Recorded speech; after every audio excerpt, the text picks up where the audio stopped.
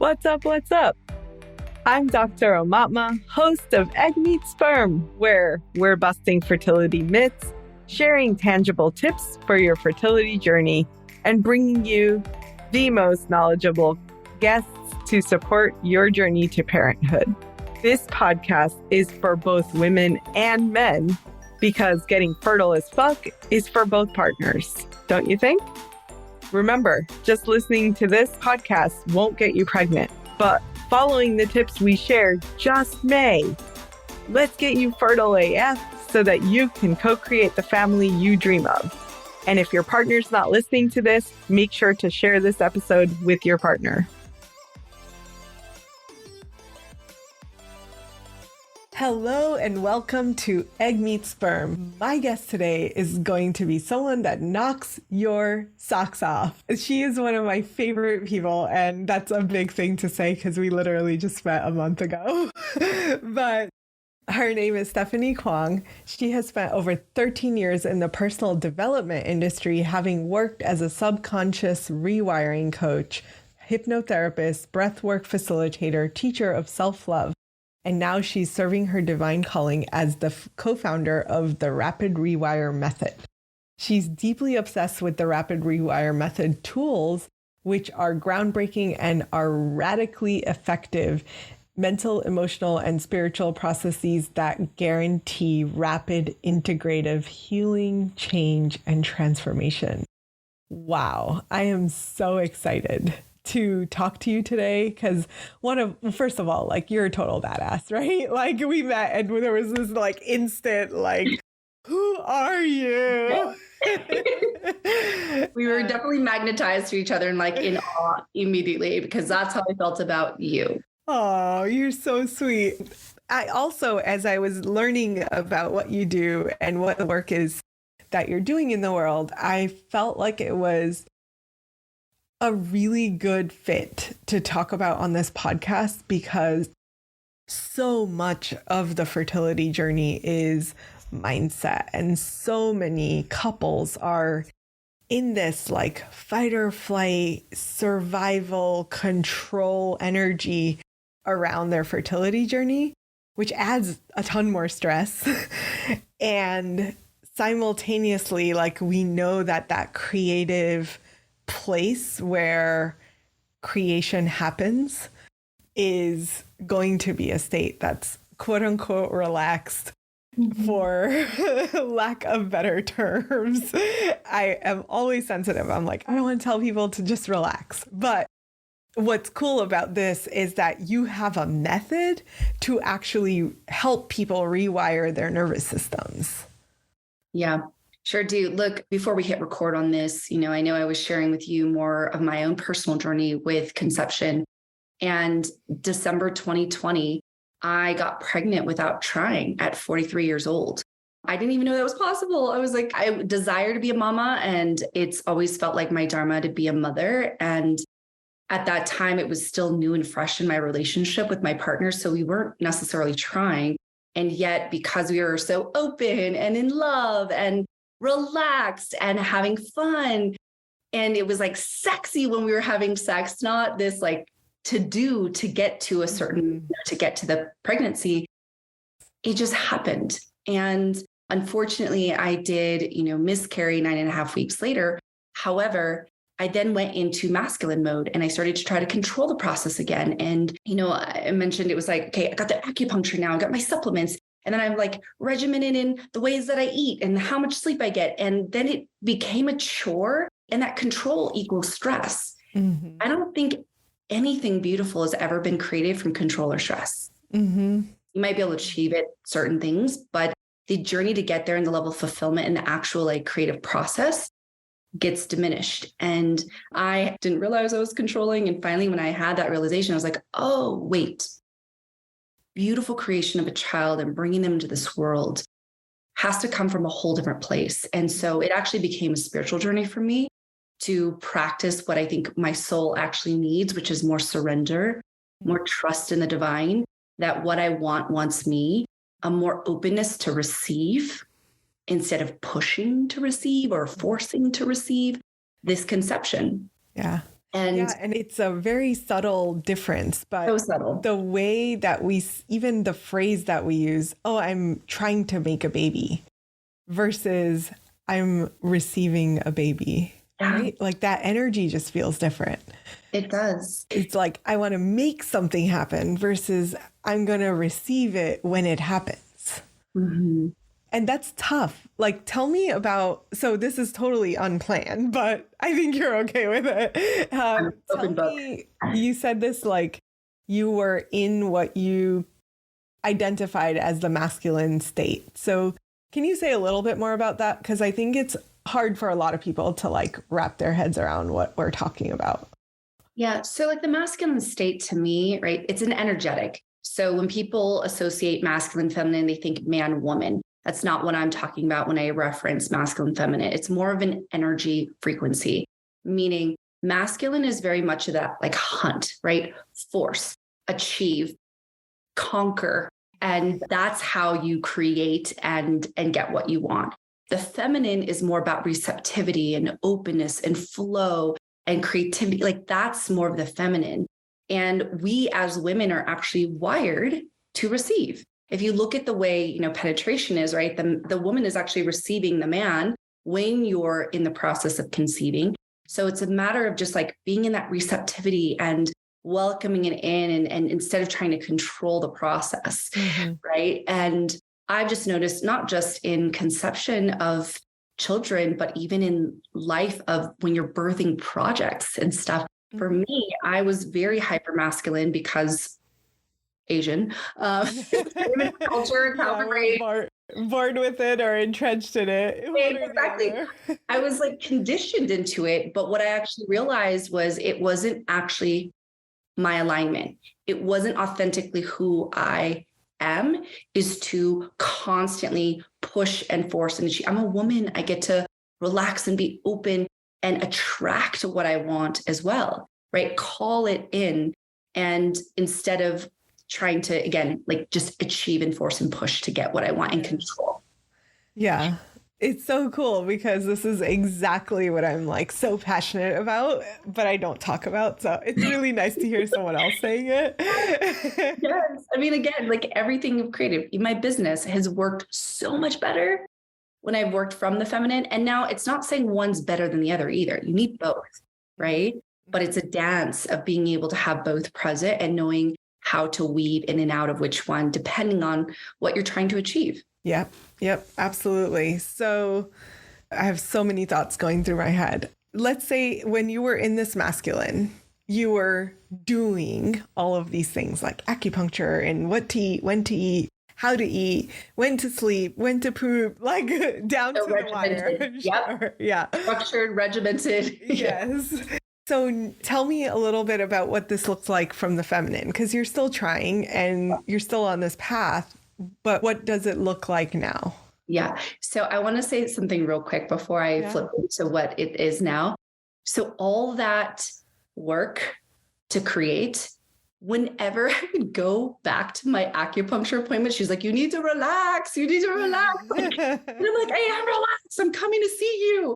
Right. And it was so opposite of what she was trying to support me with. So funny that in my attempts to control relaxation, I was actually not relaxing. Right. And as I mentioned to you, for me personally, this conception journey has been more of a spiritual journey than anything, and teaching me the lessons that I need to know of relaxing into the feminine and being more in that openness, that trust, that surrender to the process. Like that the feminine is creative and it's fun.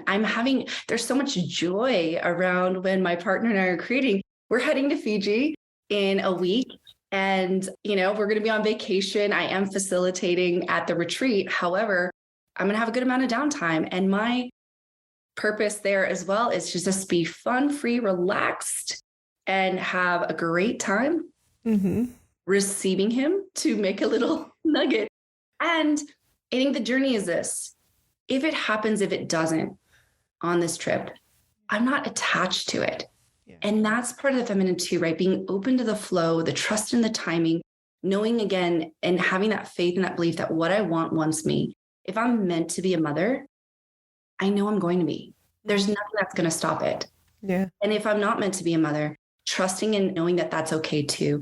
And that's so difficult. I'm not saying that it's easy at all, but that's part of my journey spiritually, but also that's what's created this openness, this ease around the conception where I'm not attached to the outcome. I have the intention, but I'm relaxed about the outcome, the timing, if it's going to occur or not, and really ultimately allowing myself to enjoy my life and this process along the way. Yeah. And so again, not just something to do for conception. It's like lessons for life. Yeah, I love it. I think your mindset and approach about this is so different from the average couple on this journey. So going back to it then, what's changed in the outward manifestation of you now embracing more of that feminine energy to create? Yes. So something that I've discovered as I've been in this space, shockingly, my hormones have balanced out way faster than they ever have before too. So that was also an issue that I discovered after the miscarriage was I had estrogen dominance and it was pretty extreme. And so I conceived or I got pregnant, but it didn't attach. The embryo didn't attach because the estrogen levels were so high is what I was told by the doctors. I'm not a medical professional, but that's what I was told. And so I went to recalibrate that to balance out my hormones. And it took a while. But the moment I shifted into this openness, this play, this like trust, this surrender into the process, even my doctor was surprised by, he's like, whoa, like your estrogen went down significantly. Everything started to balance out. And I think that's just what naturally happens with the body, right? Our chemistry gets so messed up hormonally when we are in stress, when we're in that control, in that force, in that push mode, because it cascades all these chemicals into our body, which, throws it out of alignment. And so again, when I've been in more of this feminine energetic, I've noticed that things like what is needed to support the conception as well has naturally calibrated there and balanced itself out. And so that's one actual tangible thing that I've even witnessed from, being in those states of flow and openness and receptivity. And again, it's just a lot more fun. Like, who wants to create a baby from stress? Let's create it from fun and play and that sexiness. And that's important to me. And just that openness. I don't know.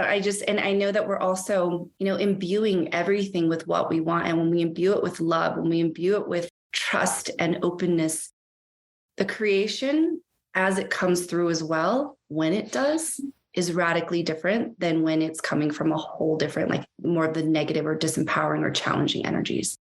I talk a lot about energy, but that's like a big thing for me when emotions, energetics. Yeah, absolutely. I feel like it's important, and like our awareness of those energies often is masked by so much of the medical side. Correct. Right? Yep. So yeah, and there's so much sharing about this. And there's so much focus on strategy, usually in life, whether it's business, whether it's relationship, whether it's conception.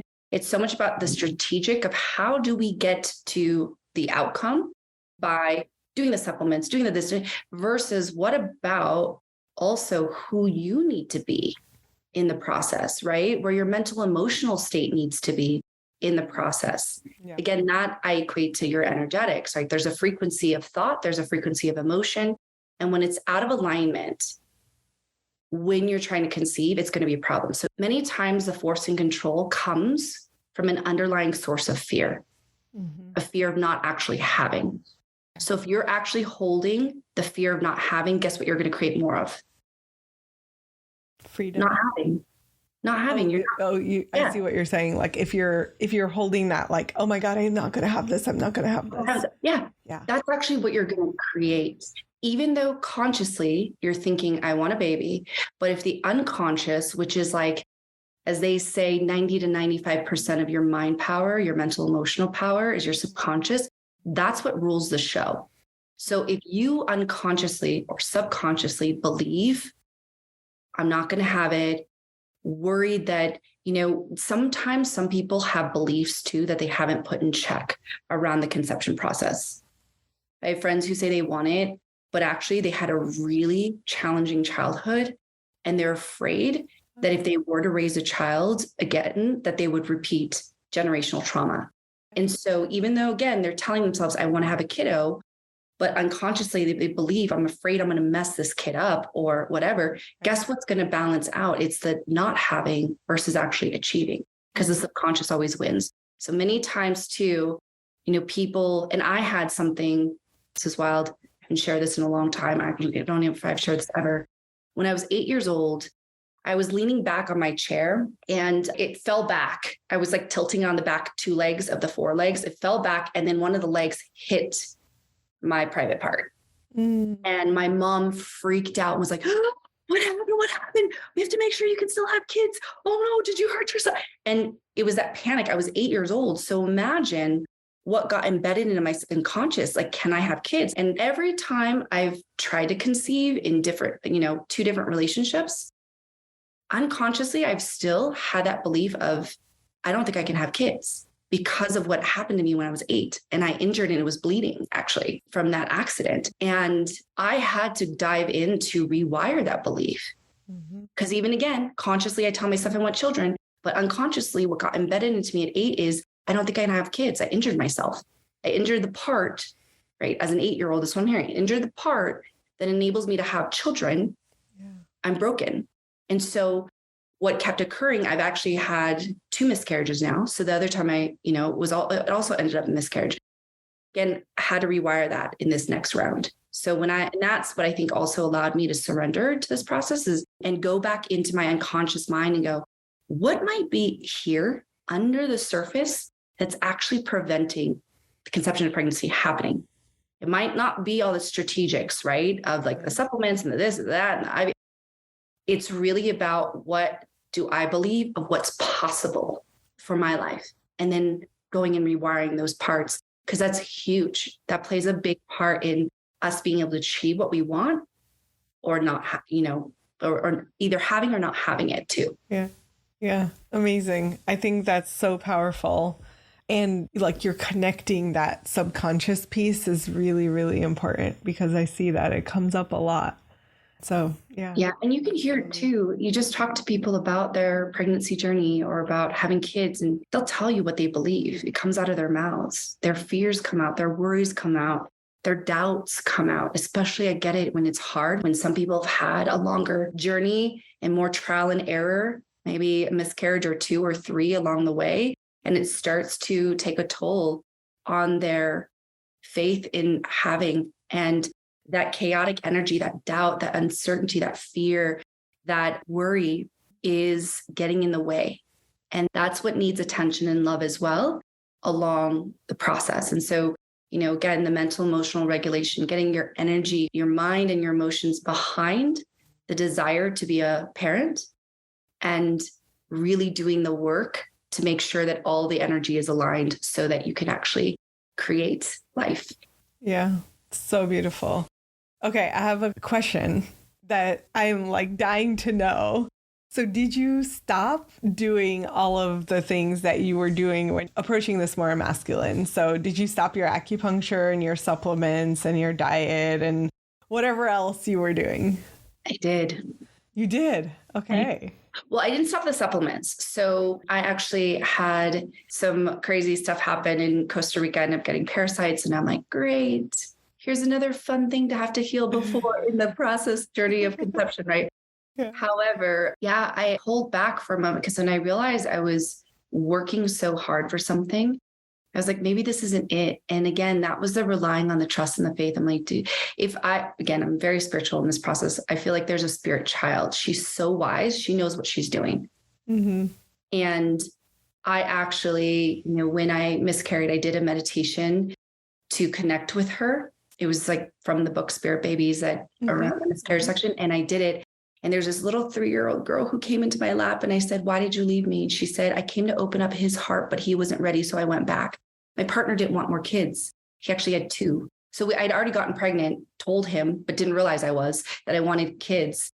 And he's like, yeah, I'm not ready right now, for more. And then I had to process that and found out I was pregnant actually the whole time. And then so having the miscarriage was quite devastating. But she said, and I said, are you going to come back? And she goes, mm-hmm. And I said, what do you need to feel safe to come back? And she said that you both make me with intention, not because I'm some accident. And so my God, I'm going to start crying. Yeah. Like, wow. So I feel like there's these spirits out there that know. And if they want to come through you, they will. This is that trust. This is that surrender piece. Because, and I say this with so much respect and love, but when they talk so much about the perfection of the womb and everything, people who are drug addicts are able to conceive and have full-term pregnancies, and some healthy, some, they might have children with some challenges, right? Yeah. But I feel like, and again, this might be out there for those listeners, when we feel like these souls, I feel like these souls know that they have a soul contract. There's something for them to do on this planet. So they're going to find the parent that they need to come through to get their lesson, which is why some come through, parents who are addicted to drugs, some come through single parents. You never know, right? And so for me, that's what's enabled me to surrender and trust more. I was like, ooh, this one's smart. She came through to make my partner want to have kids. And now I'm grateful he had to go through his own journey to finally really decide that he wanted, even after the miscarriage. It opened him, but then he still had his concerns. And now he's like fully on board. But I feel like she came in to teach him that. And I would rather have him want to choose in to have a child with me than him need to just accept it because I got pregnant without us trying. So I feel like this little divine spirit knows. And Rapid Rewire Method, the current company I have, came because of her too. I was so dysregulated from the miscarriage. Look, I've been in the industry for a long time. I worked with very high profile people in my private practice. I had badass tools to work with. And yet 5 months after the miscarriage, I went dark after the miscarriage because I thought, like, what a cruel joke, that cosmic joke that I want a child, I get pregnant without trying. And then now it got taken away. And the miscarriage was extraordinarily painful too, physically, in addition to mentally and emotionally. And so after 5 months, I was still having days where I could not get out of bed, where I would see people with babies, holding babies and getting triggered. And then in 2021, I swear everyone and their mom was like announcing pregnancy announcements on social media, boom, trigger again. Or I would think about the miscarriage, trigger again. And so I was stuck in these emotional loops of grief and sadness. And 5 months into it, I feel again, like my little divine spirit child's like, mommy needs to meet this guy. So that's why she came in and left. She wanted daddy to want her, and mommy needed to meet this man who's now my co-founder of Rapid Rewire, who in one session processed the trauma of the miscarriage and drained the emotional charge that literally in 60 minutes, I couldn't even feel sadness and grief anymore. It was literally gone out of my physical system. Couldn't connect. I was literally searching for him, like, where to go? And so these are the tools that I use to clear the emotional charge that's present, that's unnecessary in creation, whatever you're creating, right? But especially along the way, this is what's helped me when I started to then observe, I have this belief about what if it's not possible for me, right? Because of my trauma from when I was 8 years old and the chair hitting me in the wrong spot and my mom freaking out, to the doubt that arose within me after having the miscarriage, right? I was like, that's the second one. I've gotten pregnant twice in my life, both ended up in miscarriage. Doubt started to kick in. Mm-hmm. And then that's also when I went into this stress mode right off the bat of like strategy after the miscarriage. It was like, okay, now I really got to get on this regiment. And when I started doing the work to heal the traumas, to heal the beliefs that were blocking me actually having what I want, is really when my nervous system began to regulate, when I found more freedom and joy in the creation process, where I, as you mentioned, I let go of all the things that I thought were going to create this child, like the supplements and this and that. I just let it all go. And then from my heart, I decided, what's going to bring this child through? What does she need? What do I need? And then slowly I was implementing things back. So I am, taking supplements now, and I'm doing all the meditations and the visualizations to really feel this child and feel her coming through and feeling myself having a full-term pregnancy and a beautiful, healthy, easy, fast birth. Yes. painless. So quick interjection. I visualized all through my journey, except I had no concept of childbirth and didn't create any intention around it. And that shit went haywire, like enough to scared the crap out of me. Like, I am never doing this again. And like, I don't actually share what that process was like, because honestly, like, no woman should have to go through that. And like, me putting that out there would scare more people.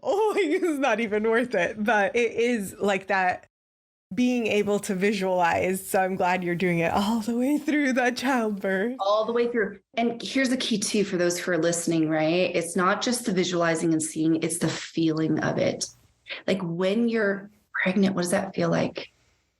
What are, you're not stressed where you're like, every day you're getting closer to meeting your little one in the physical reality, right? And so it's like, really seeing it in your mind, but really feeling it as if it's done. That's the key that I've learned, and how I've created a lot of the great things in my life is really the emotions that back up the desire that you're trying to create, right? So if you can get your energy aligned, because if you say, I want it, but then there's the emotion of doubt and worry, or you say, I desire, to conceive, and then there's stress and fear as the emotion, now it's not aligned and it's conflicting. So it's like, see what you want, but also feel what you're going to feel when you have it, but feel it now before it's already arrived. And that also helps to create more ease in the feminine energetic, right? It allows you to rest deeper into it, because you see it so many times, you feel it so many times, you start to calm down. Yeah. And you start to build that trust and that surrender in the process when you do that actual practice. I know you like to give practical tips. So that was one of them that I notated down. Oh, that's coming. So those we'll definitely talk about. I maybe have I have so many questions for you, but at least one more, if we may. What does it look like to be able to regulate our nervous system, to really be out of this fight or flight into the more rest, rejuvenate, receive mode? Mm-hmm. So there's so many ways. Everybody is different. I don't like to give a one size fits all, but you got to find what creates that calm and peace in your internal system. For me, one of the key things that has really helped a lot and works quickly is breath. Your breath is connected to your emotional state, right? And to your sympathetic, parasympathetic.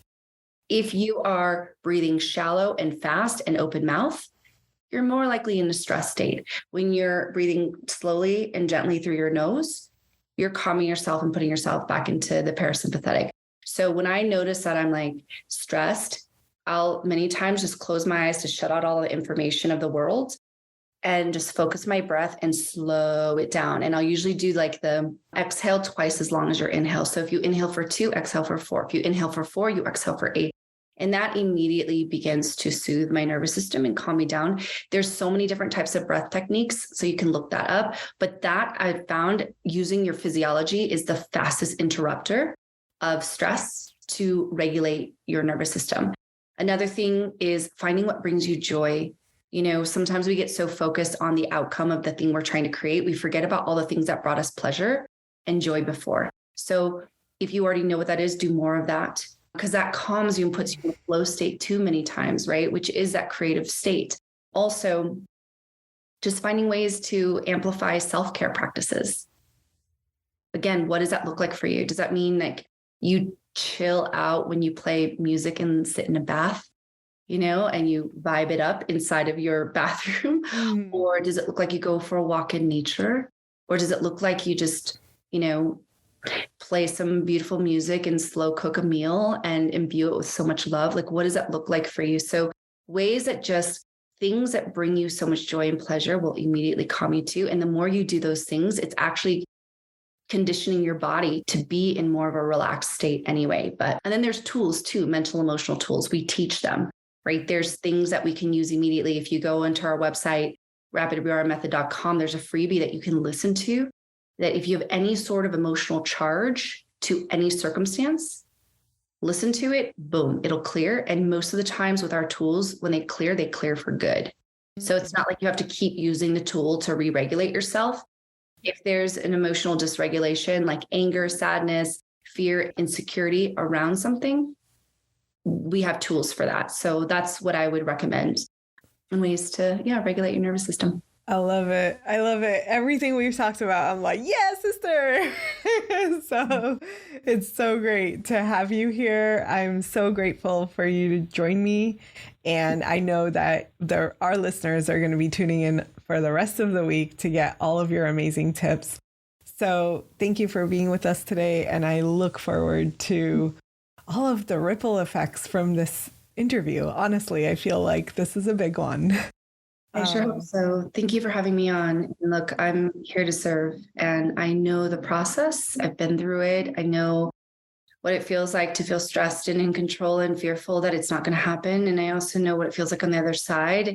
And I'll tell you, when you get to the other side, it's way more beautiful. And I really feel like my child's coming in. I'm like, I'm 45. We'll see. Hallelujah. Here's a miracle. But I just feel like she's coming through. And that's what keeps me in the most empowered state possible in the journey. So beautiful. Thank you so much. Was that an amazing episode or what? Make sure to check our show notes so that you can link up with our guests. And if you're not a part of our secret Fertile AF community, you can join for free via the link in our show notes. Last but not least, have you showed us some love lately? It would mean the world to us if you could share and review our podcast. Thank you so much. We'll see you next time on Egg Meets Sperm. Peace.